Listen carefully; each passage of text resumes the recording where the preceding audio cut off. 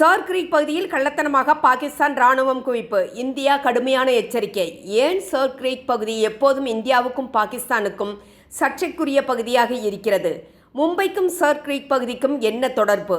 பாகிஸ்தான் ஆக்கிரமிப்பு காஷ்மீர் இந்தியாவுக்கு சொந்தமானது, அதை மீட்போம் என்று வெளியுறவுத்துறை அமைச்சர் ஜெய்சங்கர் பேச்சு. பார்க்கலாம் இந்த வீடியோவில். பாகிஸ்தான் ஆக்கிரமிப்பு காஷ்மீர் பகுதியில் பதற்றம் ஏற்பட்டுள்ளது என்பதை தொடர்ச்சியாக நாம் முந்தைய வீடியோக்களில் பார்த்து வருகிறோம். இந்த பதற்றம் கராச்சி, ராவல்பிண்டி, இஸ்லாமாபாத் என்று பரவியது. இதைத் தொடர்ந்து அடுத்த பிரச்சனையை கிளப்புவதற்கு பாகிஸ்தான் தயாராகி வருகிறது.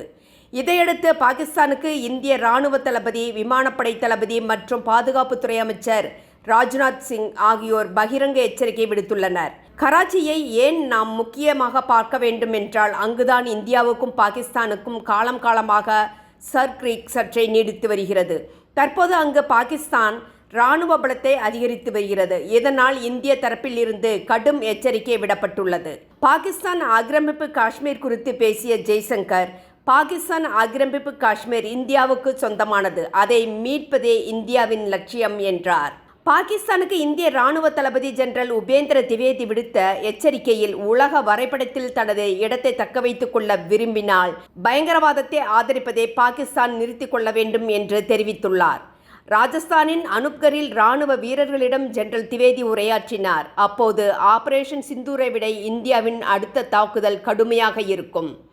ஆபரேஷன் சிந்தூர் 1.0வில் காட்டிய மென்மையான போக்கு எதிர்காலத்தில் இருக்காது. உலக வரைபடத்தில் இருக்க விரும்புகிறதா இல்லையா என்று பாகிஸ்தானை சிந்திக்க வைக்கும் வகையில் எங்களது தாக்குதல் இருக்கும் என்று இராணுவ ஜெனரல் திவேதி தெரிவித்திருந்தார். இந்திய வீரர்கள் விழிப்புடனும் தயாராகவும் இருக்க வேண்டும். இப்போதே முழுமையாக தயாராக இருங்கள். கடவுள் விரும்பினால் வாய்ப்பு விரைவில் வரும் என்று குறிப்பிட்டிருந்தார். இந்தியா தனது இராணுவ நடவடிக்கைகளின் போது பாகிஸ்தானுக்குள் பயங்கரவாத மறைவிடங்களை வெற்றிகரமாக அளித்தது. இதன் மூலம் பயங்கரவாதிகளுக்கும் பாகிஸ்தான் அடைக்கலம் கொடுத்தது உலக அரங்கில் இந்தியா அம்பலப்படுத்தியது.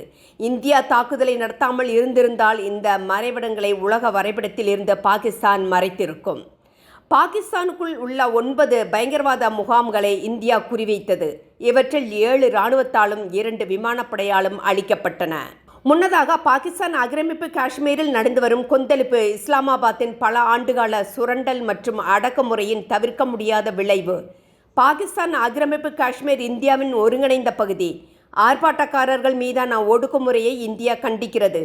கொடூரமான மனித உரிமை மீறல்களுக்கு பாகிஸ்தான் பொறுப்பேற்க வேண்டும் என்று இந்திய வெளியுறவு அமைச்சகம் கண்டித்திருந்தது.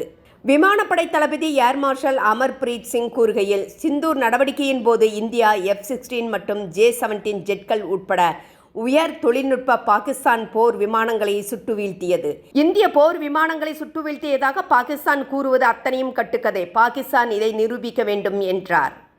முன்னதாக சர் கிரீக் பகுதியில் பாகிஸ்தானின் எந்த ஒரு தவறான செயலும் அந்த நாட்டுக்கு கடுமையான விளைவுகளை ஏற்படுத்தும் என்று மத்திய பாதுகாப்புத்துறை அமைச்சர் ராஜ்நாத் சிங் அக்டோபர் 2ஆம் தேதி எச்சரித்திருந்தார். சர் கிரீக் பகுதியில் பாகிஸ்தான் வாலாட்டினால் வரலாறு மற்றும் புவியியல் இரண்டையும் மாற்றக்கூடும் என்றார் ராஜ்நாத் சிங். இந்தியா பேச்சுவார்த்தை மூலம் பிரச்சனையை தீர்க்க பல முயற்சிகளை மேற்கொண்டுள்ளது. ஆனால் பாகிஸ்தானின் நோக்கங்கள் என்ன என்பது தெரியவில்லை. சர் கிரீக் அருகே பாகிஸ்தான் இராணுவ உள்கட்டமைப்பை சமீபத்தில் விரிவாக்கம் செய்துள்ளது. எந்த நேரத்திலும் எங்கு மறைந்திருக்கும் எதிரிகளையும் அளிக்கும் திறன் கொண்டது இந்திய இராணுவம். இந்தியாவின் பாதுகாப்பை மீறிய பாகிஸ்தான் ஏற்கனவே பாடம் கற்றுக்கொண்டுள்ளது. இந்திய இறையாண்மையை சவால் செய்தால் அதை பார்த்து கொண்டு இந்தியா சும்மா இருக்காது. பயங்கரவாதமாக இருந்தாலும் சரி, வேறு எந்த வகையான பிரச்சனையாக இருந்தாலும் சரி, அதை சமாளித்து தோற்கடிக்கும் திறன் எங்களிடம் உள்ளது. சிந்தூர் நடவடிக்கையின் போது லே முதல் சர் கிரீக் பகுதி வரை இந்தியாவின் பாதுகாப்பு அமைப்பை உடைக்க பாகிஸ்தான் முயற்சித்தது. அதில் தோல்வியை கண்டது. இந்தியாவின் ஆயுதப்படைகள் எப்போது வேண்டுமானாலும், எங்கு வேண்டுமானாலும், எப்படி வேண்டுமானாலும் பாகிஸ்தானுக்கு பெரும் சேதத்தை ஏற்படுத்த முடியும் என்பதை இஸ்லாமாபாத் மறக்கக்கூடாது என்று ராஜ்நாத் சிங் எச்சரித்துள்ளார். சர் கிரீக் என்பது குஜராத்தில் உள்ள இந்திய பாகிஸ்தான் எல்லையில் மக்கள் வசிக்காத சதுப்பு நிலங்களில் அமைந்துள்ள 96 கிலோமீட்டர் நீளமுள்ள முகத்துவாரமாகும். இந்த முகத்துவாரத்தில் வந்து சில நதிகள் இணைகின்றன. இது கடலின் முகப்பாக பார்க்கப்படுகிறது. இந்த சிறிய பகுதி இந்தியாவின் குஜராத் மாநிலத்தையும் பாகிஸ்தானின் சிந்து மாகாணத்தையும் பிரிக்கும் வகையில் அரேபிய கடலில் பாய்கிறது. பல ஆண்டுகளாக இந்த பகுதி இரண்டு நாடுகளுக்கும் இடையே மிகவும் சிக்கலான பகுதியாக மோதலை ஏற்படுத்தி வருகிறது. இந்த பகுதியில் எண்ணெய் மற்றும் எரிவாயு இருப்பதாக கூறப்படுகிறது. இதனால் பாகிஸ்தான் இந்த இடத்தை தனது கட்டுப்பாட்டுக்குள் கொண்டு வர வேண்டும் என்று முயற்சித்து வருகிறது. தற்போது உள்நாட்டில் நடந்து வரும் கலவரங்களை மறைக்கும் வகையில் திசையை திருப்புவதற்காக பாகிஸ்தான் தனது இராணுவ படைகளை இந்த பகுதியில் விரிவுபடுத்தி வருகிறது. இதனால் மீண்டும் இந்த பகுதி இரு நாடுகளுக்கும் இடையே கவனத்தை திருப்பியுள்ளது. 2021ஆம் ஆண்டு பாகிஸ்தான் சர்க்ரீக் பகுதியில் கண்காணிப்பு மேற்கொள்ளும் நோக்கத்தில் இராணுவம், கடற்படை மற்றும் வான்படை ஆகியவற்றின் கூட்டு மையத்தை அமைத்தது. இந்த கட்டளை மையத்தை அமைப்பதில் பாகிஸ்தானுக்கு சீனா உதவி செய்தது. இங்கு பொருத்தப்பட்டுள்ள பல நவீன ரேடார்கள், வான்வழி எச்சரிக்கை அமைப்புகள், வான் பாதுகாப்பு ஏவுகணைகள் மற்றும் லாக்ஹீட் P-3 ஓரியன் கண்காணிப்பு விமானங்கள் ஆகியவை சீன தொழில்நுட்பத்தால் தயாரிக்கப்பட்டவை. பாகிஸ்தான் 2017ஆம் ஆண்டு விமான தளத்தையும் அமைத்தது. 2025 மே மாதத்தில் நடந்த சிந்தூர் நடவடிக்கையின் போது இந்தியா இந்த விமான தளத்தை பெருமளவில் சேதப்படுத்தியது. அதன் பின்னர் பாகிஸ்தான் வான்படை இங்கு புதிய வான் பாதுகாப்பு அமைப்புகளையும் JF-17 மற்றும் J-10C படைத்தளங்களையும் நிலைநிறுத்தியுள்ளது. இந்தியா சுதந்திரம் அடைவதற்கு முன்பு இந்த பகுதி பிரிட்டிஷ் இந்தியாவின் ஒரு பகுதியாக இருந்தது. 1947இல் சிந்து பாகிஸ்தானின் ஒரு பகுதியாக மாறியது. குஜராத் இந்தியாவின் ஒரு பகுதியாக இருந்தது. இந்தியா தனது நிலையை ஆதரிக்க 1925ஆம் ஆண்டு வரைபடத்தை மேற்கோள் காட்டுகிறது. இதை வைத்து பார்க்கும்போது இந்த பகுதி இந்தியாவுக்கு முழுக்க சொந்தமானது என்பதில் எந்த சந்தேகமும் இல்லை. சர்க்ரீக் இராணுவ தளத்துக்கு முக்கியத்துவம் பெற்றது. மேலும் இந்த பகுதி பெரும் பொருளாதார முக்கியத்துவம் வாய்ந்தது. சர்க்ரீக் சர்ச்சை உள்ளூர் மீனவர்களையும் பாதிக்கிறது. இவர்கள் பெரும்பாலும் அறியாமல் மற்ற நாட்டின் நீர்நிலைகளுக்குள் நுழைவதால் கைது செய்யப்படுகின்றனர். இந்தியாவும் பாகிஸ்தானும் இந்த பகுதிக்கு செல்லக்கூடாது என்று தங்களது மீனவர்களை தடுத்து வைத்திருக்கின்றன. இதனால் வாழ்வாதார இழப்பும் மீனவர்களுக்கு ஏற்படுகிறது. ராஜ்நாத் சிங்கின் எச்சரிக்கைக்கு பின்னால் என்ன முக்கியத்துவம் இருக்கிறது என்று நாம் பார்க்க வேண்டியிருக்கிறது. 2019 முதல் பாகிஸ்தான் சர்க்ரீக்கில் இராணுவ இருப்பை அதிகரித்து வருகிறது. புதிய கடலோர பாதுகாப்பு படகுகளை நிலைநிறுத்தியுள்ளது. மேலும் கடற்படை கப்பல்கள், ரேடார்கள், ஏவுகணைகள் மற்றும் கண்காணிப்பு விமானங்கள் மூலம் வான் பாதுகாப்பையும் வலுப்படுத்தி வருகிறது.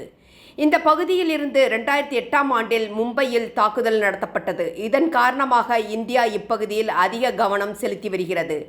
எல்லையில் அதிக படைகளை குவித்துள்ளது. 2018ஆம் ஆண்டில் பயங்கரவாத ஊடுருவலை கண்காணித்து வந்த இந்தியாவின் எல்லை பாதுகாப்பு படை கிரீக் பகுதியில் பல படகுகளை கைப்பற்றியது. பயங்கரவாதிகள் ஊடுருவலுக்கு இந்த படகுகள் பயன்படுத்தப்பட்டு இருக்கலாம் என்று கூறப்பட்டது. 2019ஆம் ஆண்டு செப்டம்பர் மாதத்திலும் கிரீக்கில் இருந்து அனாதை படகுகள் பறிமுதல் செய்யப்பட்டன. இதையடுத்து இந்தியா பயங்கர எச்சரிக்கை விடுத்திருந்தது. சாதாரண இந்தியர்களுக்கு கராச்சி தொலைவில் இருப்பதாக தோன்றலாம். ஆனால் பாகிஸ்தானுக்கு கராச்சி மிகவும் முக்கியம். நிதி மையம், வர்த்தக மையம் மற்றும் கடல்சார் உயிர் நாடியாக கராச்சி உள்ளது. எந்த நேரத்திலும் இந்திய முப்படைகளால் நொடியில் கராச்சியை தாக்க முடியும். எனவேதான் சர்க்ரீக் பகுதியில் இராணுவ பலத்தை பாகிஸ்தான் அதிகரித்தால் இந்தியாவின் பதிலடிக்கு ஆளாக நேரிடும் என்று ராஜ்நாத் சிங் எச்சரித்துள்ளார். இத்துடன் பாகிஸ்தான் ஆக்கிரமிப்பு காஷ்மீர் பகுதியில் பதற்றம் முடிவுக்கு வந்திருப்பதாக பாகிஸ்தான் அரசு கூறுகிறது. போராட்டக்காரர்களுக்கும் அரசுக்கும் இடையே கையெழுத்து ஒப்பந்தமாகி இருப்பதாக கூறுகிறது இஸ்லாமாபாத். ஆனால் இன்னும் சர்ச்சை இருந்து கொண்டுதான் இருக்கிறது. பல இடங்களில் இன்னும் ஜென்சி போராட்டத்தை போராட்டக்காரர்கள் நடத்தி வருகின்றனர். பலூச்சிஸ்தானில் பதற்றம் குறையவில்லை. அங்கு இருக்கும் இராணுவ வீரர்கள் இராணுவ தளபதியை கடுமையாக விமர்சித்துவிட்டு பணியை ராஜினாமா செய்து வருகின்றனர். எனவே எல்லையில் இந்தியா கடுமையான கண்காணிப்பை அதிகரித்துள்ளது. நண்பர்களே, உங்களது கருத்துக்களை எங்களுடன் பகிரவும். உங்களது ஆதரவு எங்களுக்கு மிகப்பெரிய ஊக்கமாக இருக்கும். எங்களது யூடியூப் சேனலை சப்ஸ்கிரைப் செய்ய கீழே இருக்கும் பெல் பட்டனை அழுத்தவும். நன்றி.